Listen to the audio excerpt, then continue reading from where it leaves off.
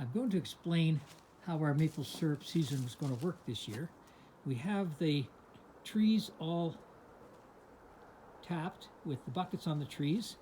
We'll then go around with the ATV with buckets like this with lids on it, and we'll collect the buckets, put them in the ATV, haul them back. We'll store them in these 45-gallon drums like this. I have a lid on them, just keep all the dirt out of it. From there, I'll use a sump pump to put it up into this tank. And then this tank will have a hose that will run into the warming pan. So this is my new burner. There's a warming pan that's got a float on it that will control the sap going into here, which will then drain into this big workhorse. And this is the main boiling pan. And what you can see are all those manifolds down there. The flame is actually going to go right up inside of those manifolds.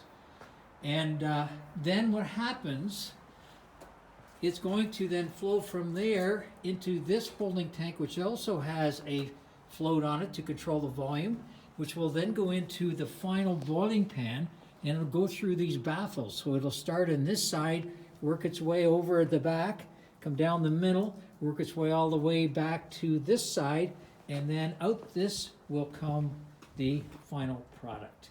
And that's where we're going to get the maple syrup. So it's going to be continuous flow, again, from the tree to the pail, to the barrel, by a sump pump up to this holding tank, into the warming pan, into the main burner, and then into the finishing pan, and finally out that spout.